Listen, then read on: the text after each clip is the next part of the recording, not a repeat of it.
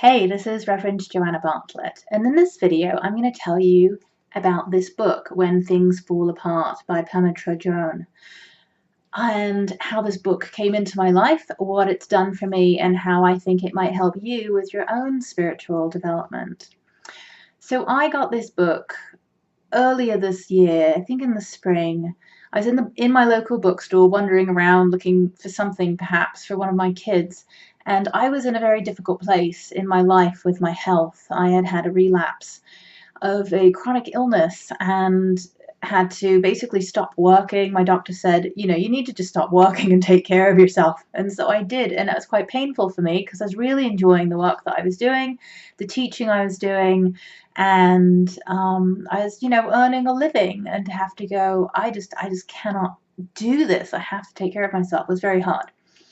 And so it felt like very much like things had fallen apart in my life. And so I was in the bookstore and I saw this book laying there and I went, when things fall apart. Yeah, that's my life right now. Things have definitely fallen apart. Maybe this book will just, I don't know, there's something that just appeals to me about it.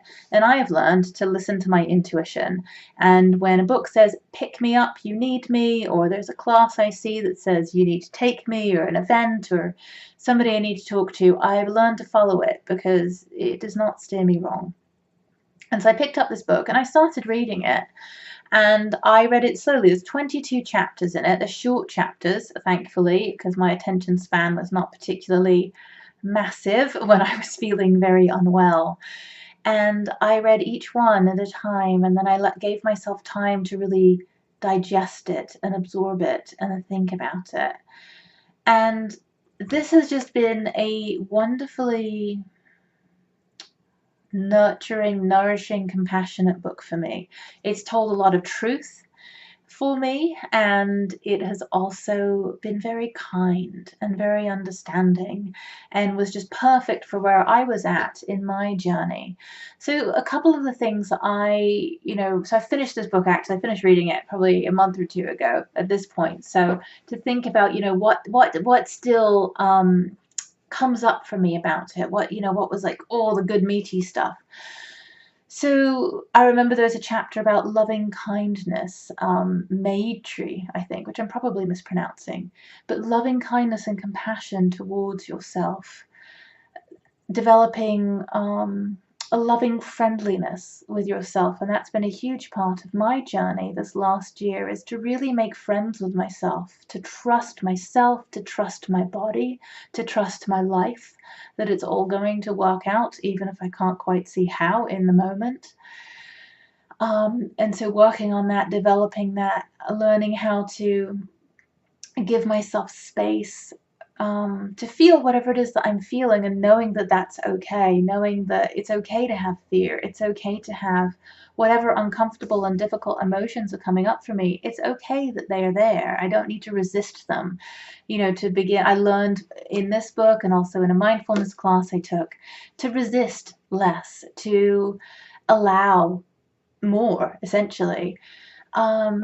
What else did I get from this book? I got so much from this book that I can't possibly cover it in a short video. You have to read the book so you can get all the lessons yourself. I learned as well to have a bit more comfort with the idea of groundlessness, of not knowing where I'm standing exactly, or where the path that I'm walking on is going, because certainly earlier this year and even now, I don't really feel like I know where I'm going on the path that I am on, and I still feel a lot of groundlessness around many aspects of my life, around personal work that I'm doing for myself in terms of my own healing from losses in my past, specifically around sexual abuse and assault. I still feel a lot of unknown and groundlessness around that, and even around my work, the work that I'm doing in this world, my ministry, my calling, and how that translates into a business, what that looks like, what that work is exactly. I don't know those things for sure. I have ideas, but I don't truly know exactly what those are yet. And that's okay. And I realize, as I've been doing this growing and learning, that's okay. It's okay to not have a plan exactly, or to have a specific thing that I'm working towards. So those are just a couple of the things I've gotten from this lovely, it's not even a gem of a book. It's like a nourishing 22-course meal. So I highly recommend this for you if you have any interest in mindfulness or Buddhism or peacefulness within your own life. Honestly, it's not even about, the specific religion. It's about finding that peace and that spaciousness within you, that compassion and friendliness for yourself. If any of those seem like something you might be interested in, or if your life is just hard right now, if there are things that feel like, things have fallen apart, fabulous book to help you through those difficult times. I'll leave that with you. I'll see you in the next video.